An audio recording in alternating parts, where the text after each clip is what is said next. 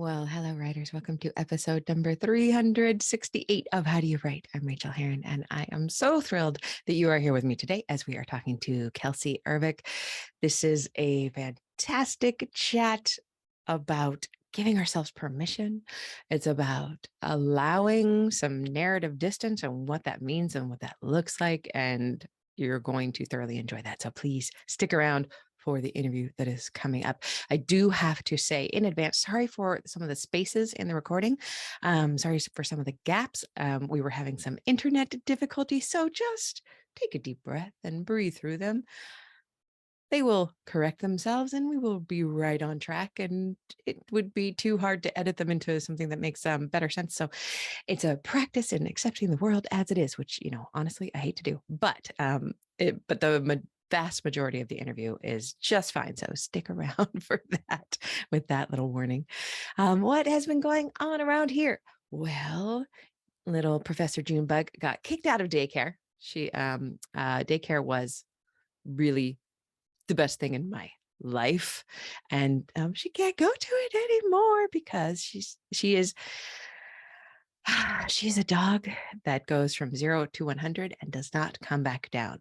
I have been studying nothing but dogs for the last 4 months, and I have learned that there are dogs with ADHD, and I'm wondering if she has that, because she certainly acts like me.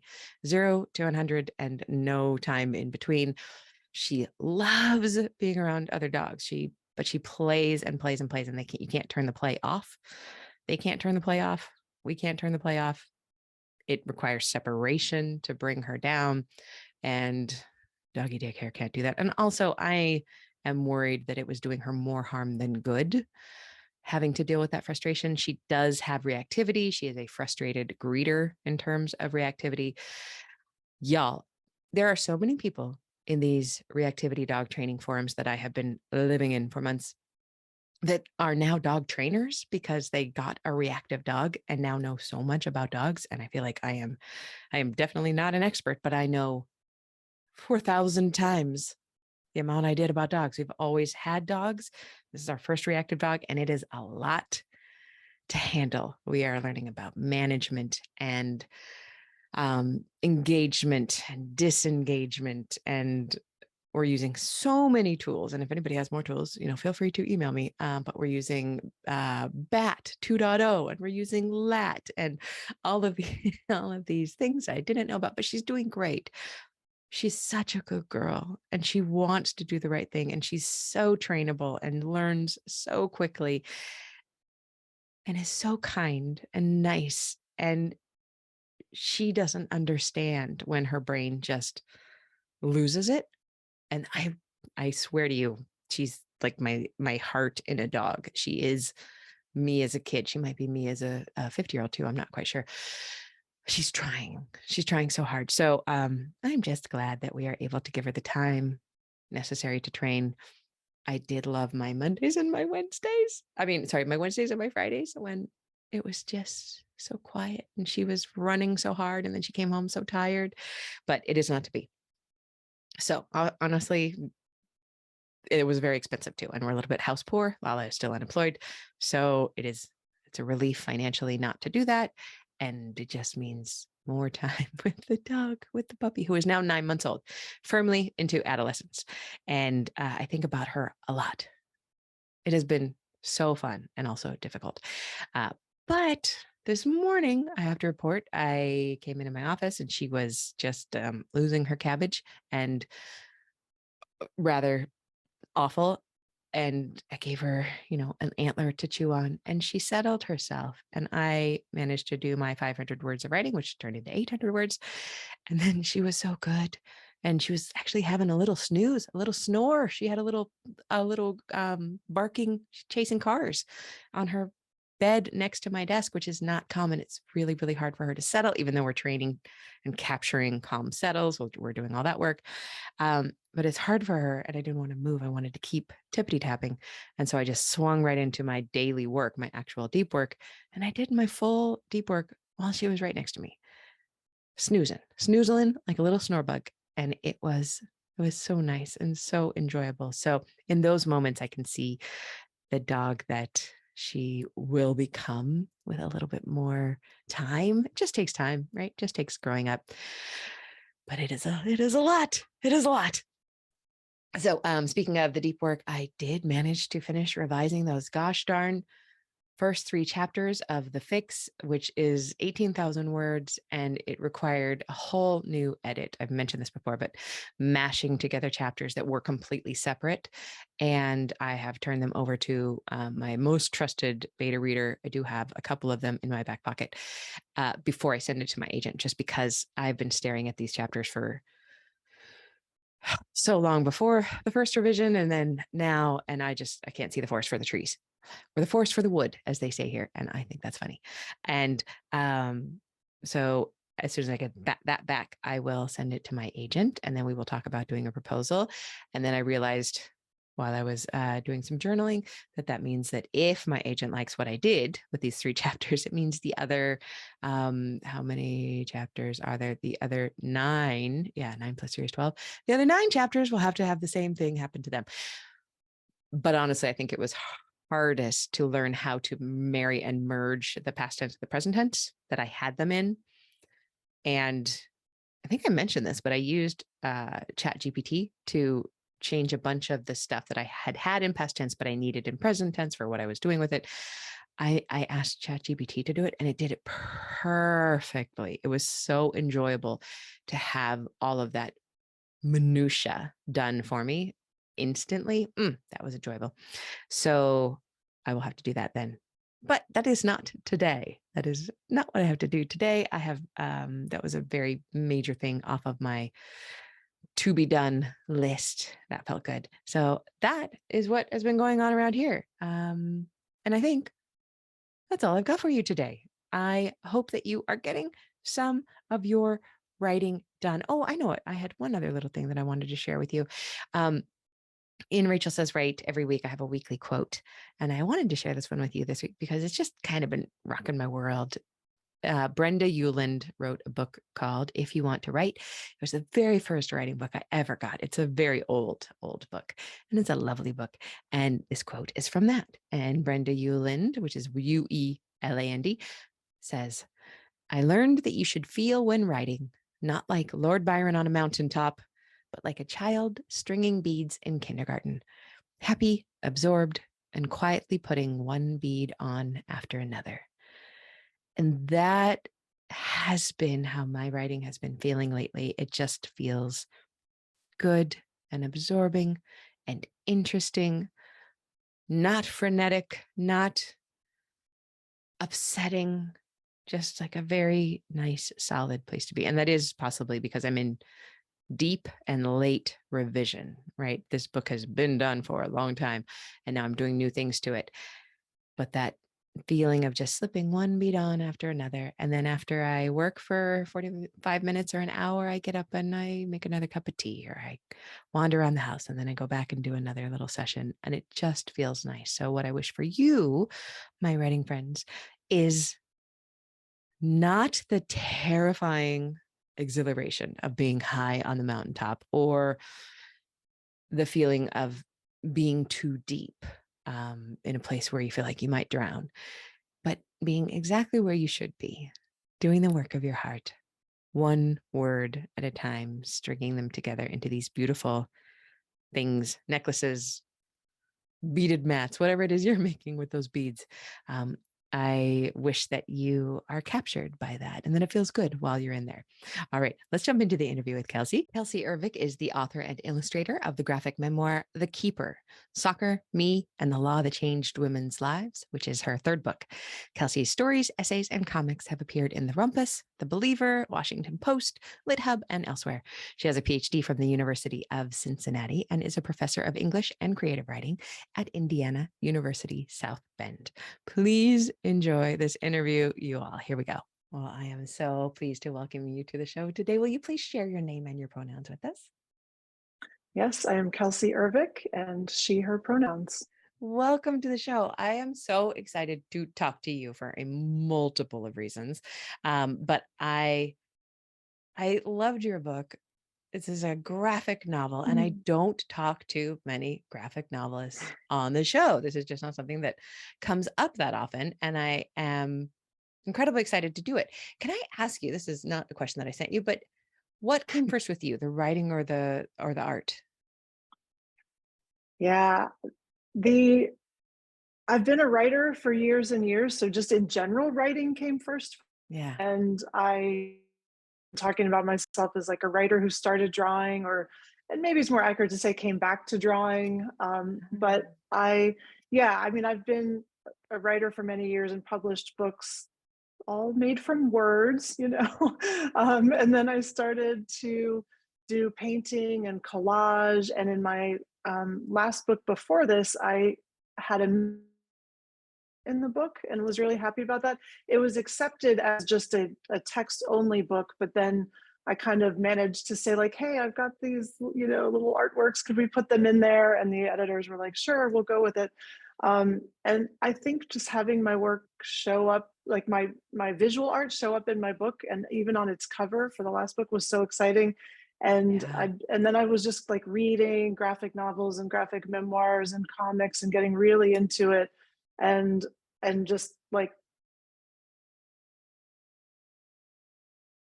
I mean, like if you're talking about just like the discrete process of like how to make this graphic novel and like is the writing first or the illustration first, I actually do a lot of it together. Hmm. I type up some of my Microsoft Word, and then I start to letter them on digitally in my iPad on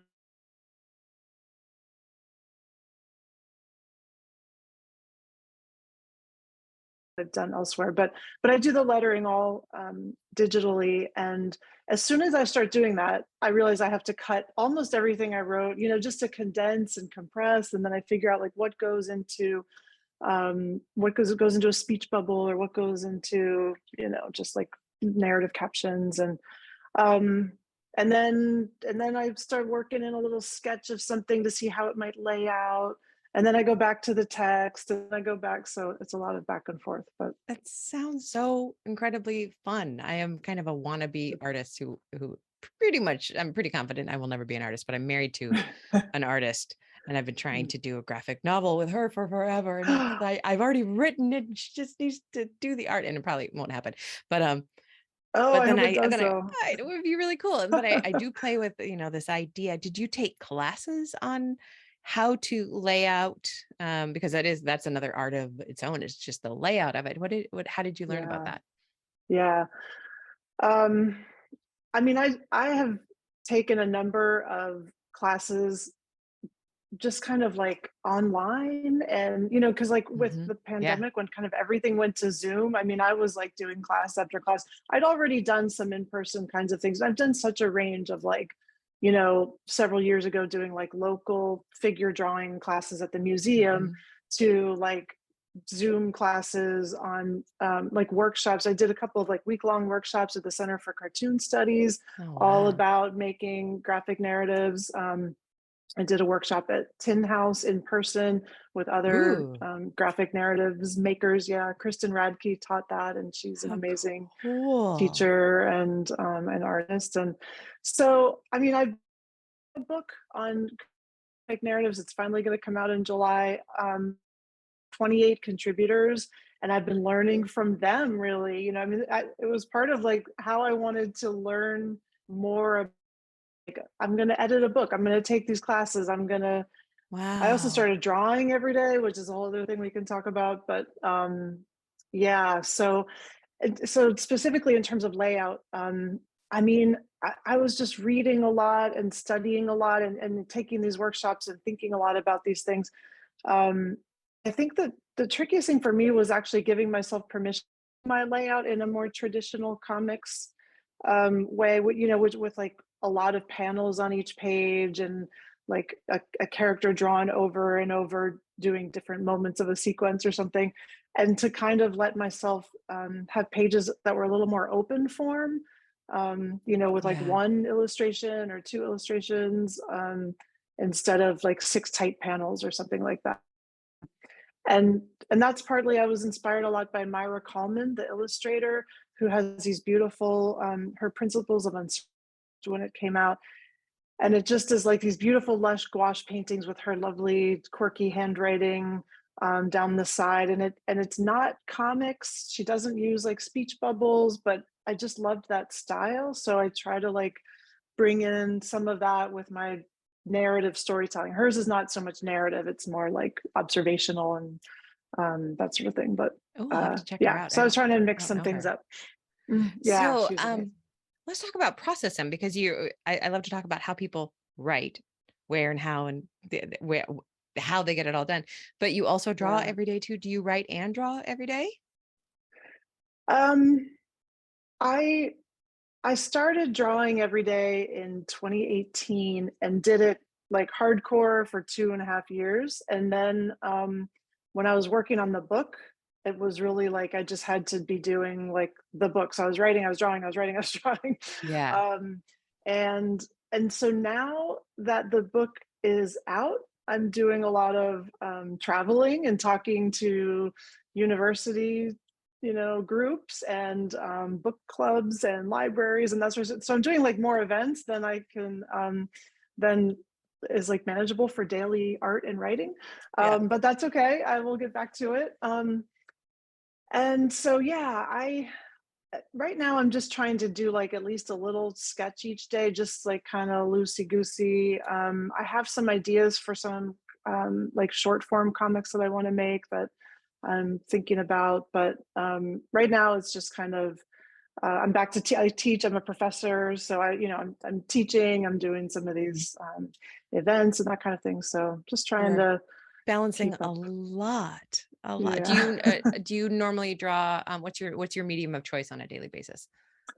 um, for practical purposes lately, it's been on my iPad and I love using iPad I drawing. Do you use yeah Procreate or? I use Procreate. Yeah, Yeah. the whole book was made in Procreate. Wow. And yeah, so it's just an amazing tool to have. Yeah. And so, like, off camera over here is like my analog station where I've got, like a bunch of like gouache paints and watercolor paints and some just like notebook journals that I like to like glue and scribble and paint in. And but it's I haven't been using it as much because it's usually like the end of the day and I just kind of like do a little drawing in my iPad or something. It's But really nice to be able to cozy up with the iPad and there's no mess, there's no yeah, fuss, and you could do all of that. Okay, yeah. so what is your biggest challenge when it comes to writing? But whenever I say writing in this conversation, we say writing or drawing or art or whatever it is. Mhm. Well, I mean, with making this book, honestly, I did keep thinking, wow, this would have been a lot easier if I just wrote it. And I don't know if I that's bet. I true bet. because every book that I've written, I'm like, oh, like you just get to that difficult stage of like, what do you do? How do you get through this? And, um, but, that going back and forth was a struggle. And I know a lot of my like friends who are graphic novelists or memoirists, they'll say like, I wrote the whole script and now I'm going to draw it. And I'm like, how do you do that? Because I like it for me, it just has to be like they have to feed each other so much Mm, that I do like what I was saying earlier. I have to go back and forth. I do some writing and then I start to play around and see how it looks. And I'm like, oh no, that's not going to work. And then I go back.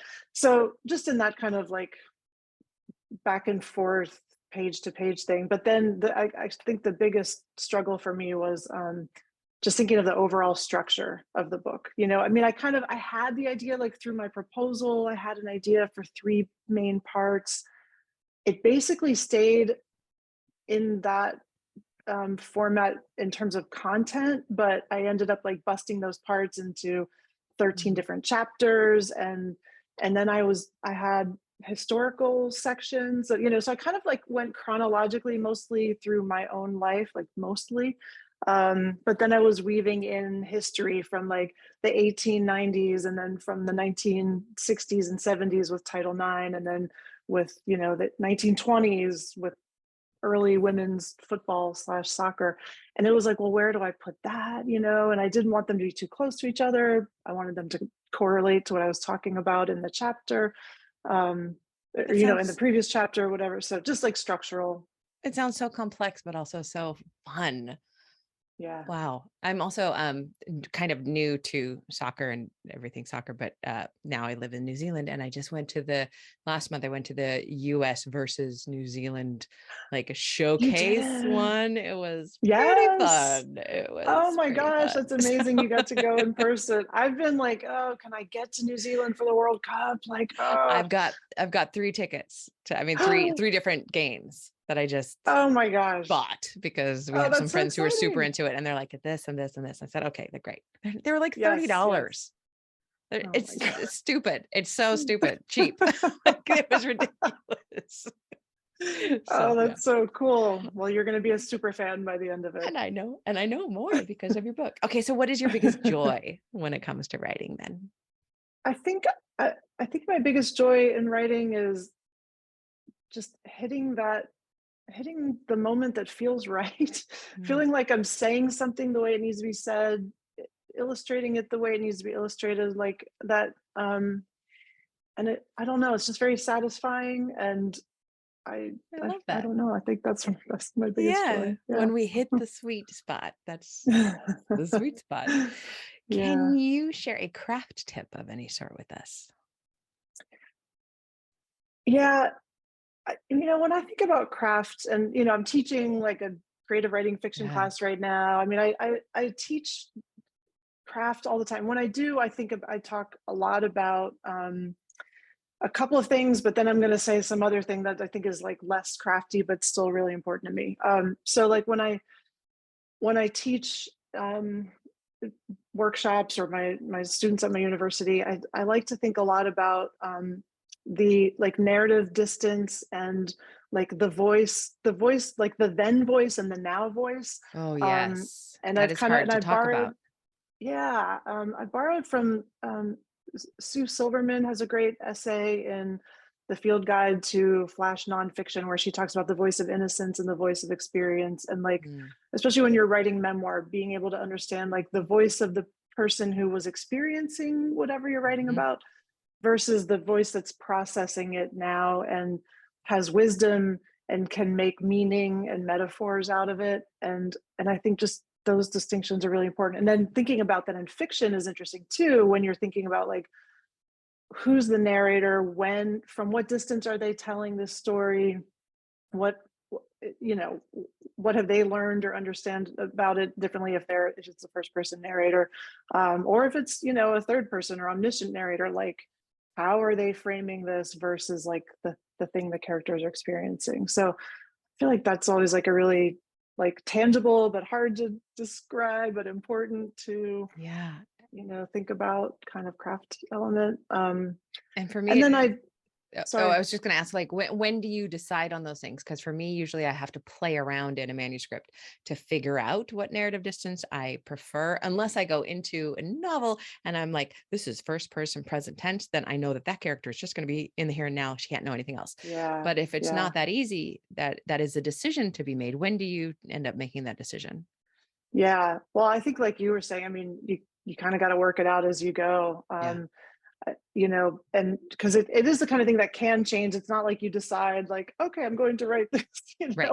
with this narrative distance and this event or whatever, and then go. And maybe you can do that. I mean, that would be kind of a cool exercise, but usually stories, you know, creep up on you and you don't always know what you're Yeah. doing. And, so yeah, I think it is very much like you have to figure it out organically, but being aware that there are two different, or at least two different narrative perspective Yeah. and distance moments, and to have those in mind, I think is really helpful, important.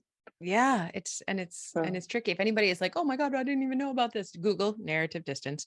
And in memoir, particularly, I like to think about the three people that are with us when we're writing memoir, because we have the main character in the book at the time that we're writing about, and then we have the narrative yes. distance and that narrator who is choosing to tell the story, and then we have us as the author who Oh my went through gosh. these things. I know, so it is just a hard thing to hold in our heads. It's a lot that we're doing. Yes. Yes. No, that's such a great point. And that, I think, you see this in a lot of memoirs. I certainly see in a lot of graphic memoirs, and it definitely happened in mine. I, as the author, that third Yeah. figure you were talking about, like, was transformed through the making of my memoir. Like, I learned things through Yes. making it that suddenly ended up in the memoir. Like, Oh, like that's towards the end, complex. yeah. And at the end of the book, I was like, I like I had my narrative perspective and I was reading my old high school diaries and I was like so annoyed with myself, and I was just like, oh gosh, this is like that's who I was. And I was, and I quote them and have them in there. But then and I felt that as the me writer narrator now. Well, there's the narrator. And by the time I got to the end, I was much like more forgiving of that high school person. And I Mhm. was, and I felt like even that I had changed and then I could write that into it. And so that merging of me as the actual author and the contemporary narrator, merged together in that That is moment. beautiful. That is gorgeous. I love that. That is gorgeous. Okay. What is the kindest thing that anyone's ever done for you in your writing career? I find this such an interesting question. I've heard you ask other people this. I've thought about it, like and I'm like the kindest. And I think when I think of that, I actually think of the way over the course of like working on this book in particular that my partner, like, he took care of me. He basically like Mm, created like a writer's retreat or residence for me and gave me space to do that work, wow. and made dinner and let me show up late for dinner because I was working on another chapter or another page. And because there was we had a bit of an accelerated deadline to try to get the book out in time for the 50th anniversary of Title Mm, IX. And so it just meant that, you know, the however many zillion hours I would have normally stretched out over like 3 to 5 years, I was compressing into like 1.5 years. And so, and I was working my job and I was, so I don't know. That to me was like this deep kindness and support and ongoing, that is so lovely. That is a beautiful, yeah. beautiful answer. And what is the kindest thing you've ever done for yourself as a writer? um, I think this was what I was thinking of saying before about craft, that wasn't really a craft thing, permission to so that I am and want to be. I think there's a lot of fear about rules and how things should be done and a desire to like want to emulate someone else. And so I feel like my journey of kind of like finding my own voice, as a as a writer artist, a visual sort of voice. Um, I think that's been important for me to like let myself pursue. Yeah. And when I did that daily drawing, started off in the daily drawing in 2018. I mean, that was maybe the best like gift I gave to myself, was just it, because it allowed every day I was like, well, what am I going to draw? And like, what am I going to draw or paint with? And I experimented with so many different things. I learned so much through doing. I learned what kinds of things I like.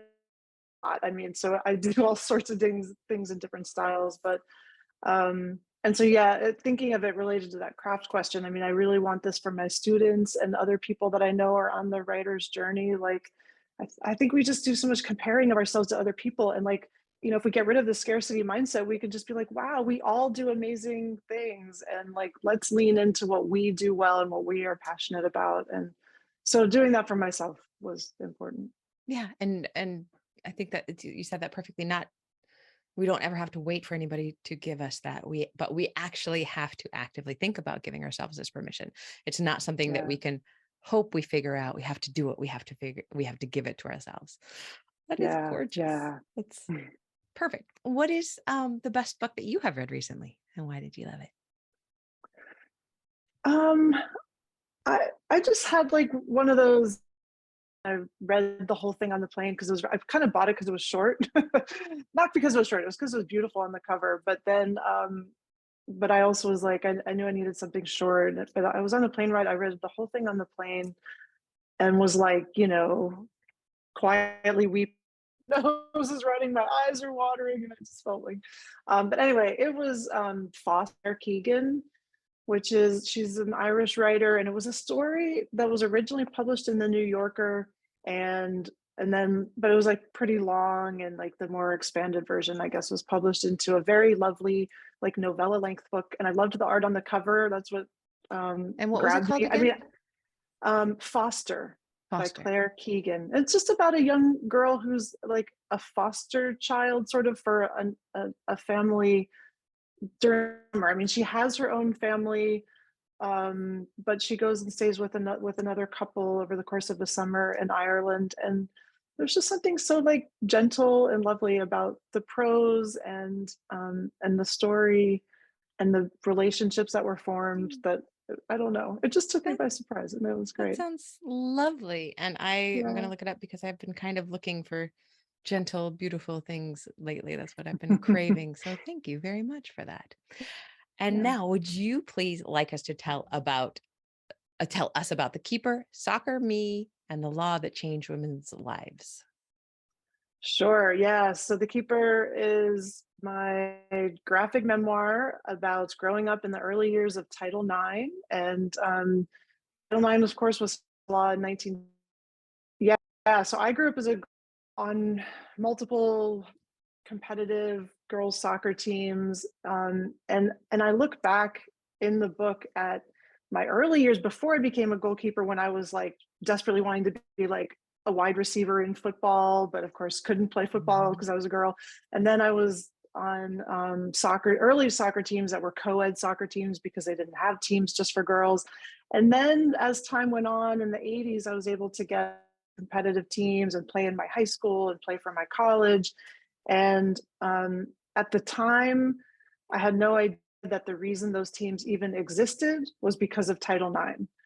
It was just something I totally took for granted. And so I'm looking back now. So I kind of like wanted to on my life and on the millions of women. I mean, so that's the subtitle, The Law That Changed Women's Lives.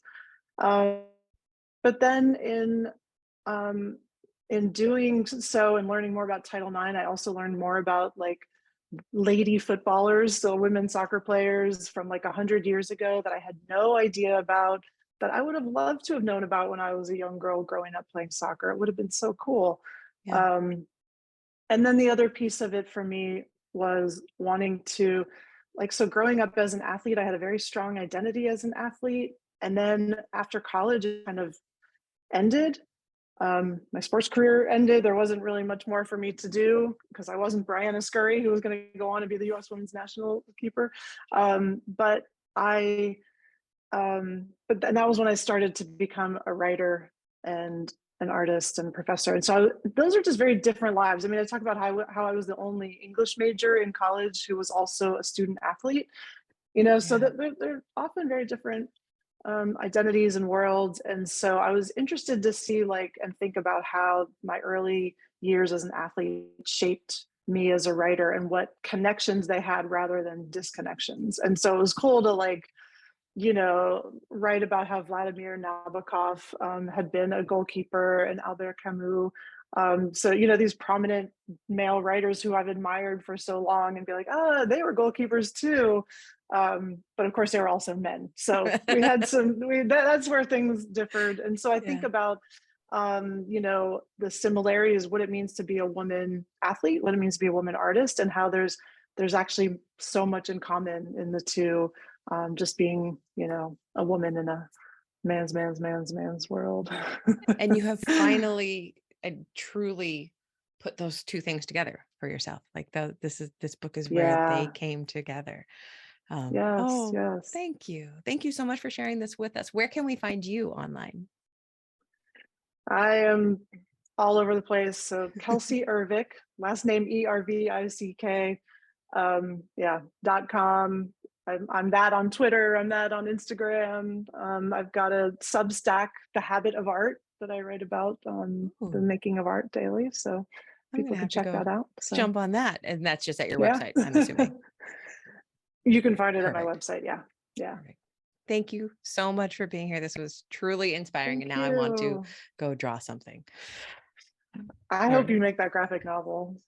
Someday. That would be Someday. awesome. Thank you so much. Thank you so much.